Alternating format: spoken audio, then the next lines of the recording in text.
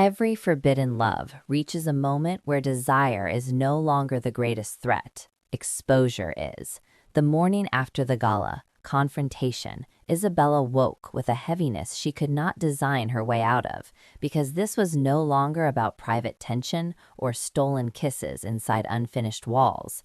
This was about the world beginning to notice patterns that were never meant to be visible.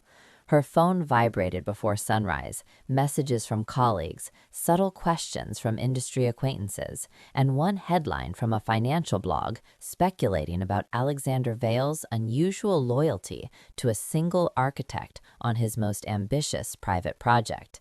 It was written carefully, without accusation, yet implication dripped between every line. She sat upright in bed, staring at the skyline outside her apartment window, realizing that architecture had always been predictable compared to reputation, because once a narrative begins, it builds faster than concrete.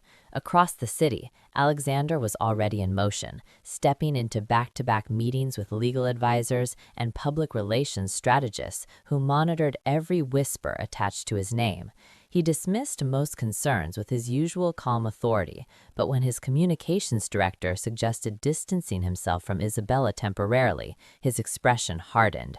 "I do not distance myself from excellence," he replied smoothly, yet the statement carried a dual meaning no one in the room fully understood. By afternoon, a rival development firm leaked photos of Isabella leaving the gala balcony alone, her expression unreadable but intimate enough to spark commentary. The image spread across social media with speculative captions that questioned her professionalism and implied favoritism. She had fought too long to build credibility to have it reduced to a rumor fueled by proximity to power. When Alexander arrived unexpectedly at her office that evening, ignoring assistants and protocols alike, the atmosphere shifted instantly. Her employees noticed the intensity, the unspoken connection, the silence that followed him into her private workspace. "You should not be here," she said quietly once the door closed. "And you should not be dealing with this alone," he answered, stepping closer, but not touching her, aware that even walls had ears. She held up her phone, displaying the article, the comments, the subtle attacks disguised as curiosity. "This is exactly what I warned you about," she whispered, her composure cracking for the first time. He studied the screen, not with anger, but with calculation, assessing threat levels, potential damage, and counter strategies. "I can shut this down," he said firmly. "That is the problem," she replied immediately. "I do not want it shut down because of your influence. I want it silenced because it is false."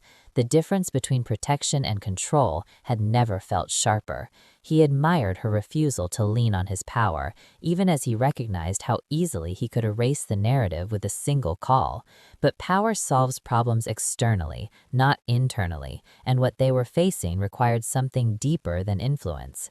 That night, they met at the cliffside mansion site, now beginning to resemble the vision she had first imagined: glass walls rising, steel frames complete, the skeleton transforming into something breathtaking.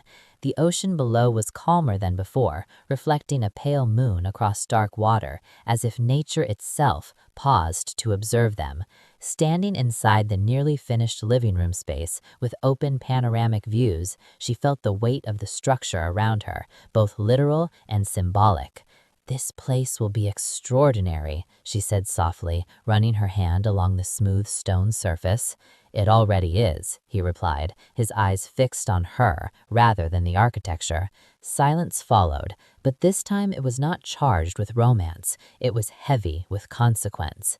Alexander finally spoke with a tone stripped of corporate polish. "If this damages you, I will end it," he said directly. No hesitation, no pride. She turned toward him, surprised by the sincerity, not because he would sacrifice reputation, but because he would sacrifice them. "You would walk away?" she asked, searching his face. "If it protects you, yes," he answered, and for the first time she saw fear there, not fear of scandal, but fear of becoming the reason her career fractured. Isabella stepped closer, closing the distance, not impulsively, but deliberately. "You cannot decide that alone," she said, "because this is not a business contract, Alexander. It is not a merger you can terminate when numbers turn risky." The wind carried faint salt air through the open panels as they stood facing each other inside a house still unfinished, much like the truth between them. She admitted then that the scrutiny frightened her, not because of lost projects, but because of how quickly people assumed her success must be attached to a man's influence. "I built this before you," she whispered, "and I will continue building, with or without you." He respected her more in that moment than ever before, not as a lover, not as an architect, but as an equal, unwilling to shrink herself to fit someone else's narrative. The tension between them shifted from romantic uncertainty to strategic alliance, as they realized that if they were to survive this, they would have to redefine the power dynamic entirely. Days later, at a major architectural symposium, Isabella delivered a keynote presentation about structural innovation, sustainable design, and the psychology of space. Alexander attended anonymously, seated among hundreds, unnoticed, yet fully aware of his symbolism of his presence. As she spoke confidently about foundations and integrity, her gaze met his briefly across the auditorium, not lingering, not revealing, but acknowledging. When she received a standing ovation, the acclaim echoed louder than any rumor, and for the first time since the scandal began, she felt steady again. After the event, reporters approached with calculated questions about her high-profile client relationship. She responded with clarity, emphasizing professionalism, artistic vision, and contractual transparency, never defensive, never evasive. Her strength in that moment shifted the narrative subtly from suspicion to respect.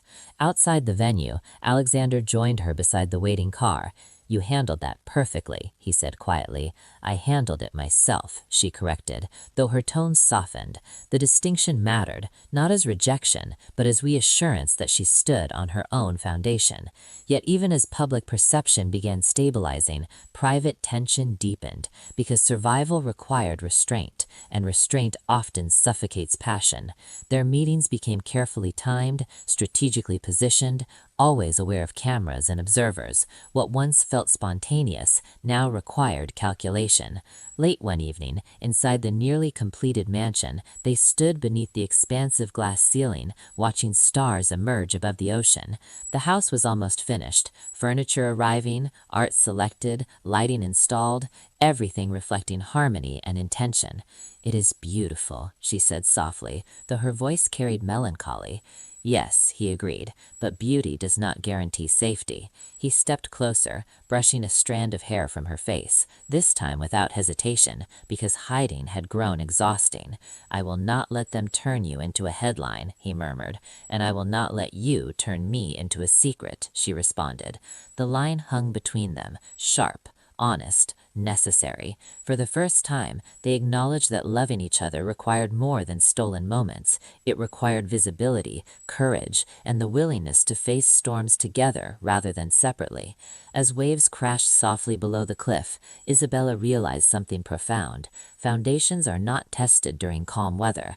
They are tested when pressure mounts and cracks threaten to form. Their relationship had moved beyond attraction, beyond scandal, into something sturdier, yet still fragile. Alexander took her hand, not impulsively, but with intention, as if sealing an agreement without paperwork. "Whatever happens next," he said quietly, "we face it aligned, not divided." She squeezed his hand, aware that alignment demanded sacrifice from both of them, and that the next challenge would not come from gossip, but from forces far more deliberate.